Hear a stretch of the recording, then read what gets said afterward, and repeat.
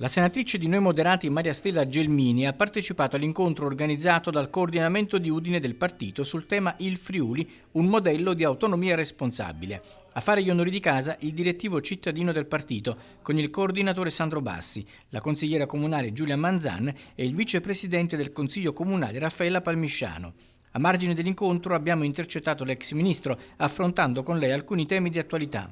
Noi stiamo con Maurizio Lupi costruendo una rete territoriale in tutta Italia con questo obiettivo, quello di allargare la coalizione di centrodestra all'area popolare, riformista e anche civica. Da Maria Stella Gelmini arriva poi un attestato di stima per Massimiliano Federiga, il governatore del Friuli Venezia Giulia, per il suo operato. Un giudizio positivo dettato non solo dai sondaggi sul gradimento del governatore, ma anche da un'esperienza personale, nel senso che con Federiga abbiamo collaborato quando ero ministro degli affari regionali e lui presidente della conferenza Stato-Regioni.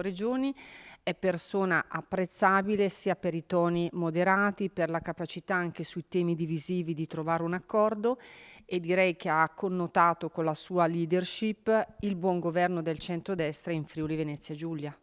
In Friuli Venezia Giulia tornano le province, l'unica regione ad averle eliminate completamente, adesso torneranno. Qual è il suo parere su questa reintroduzione?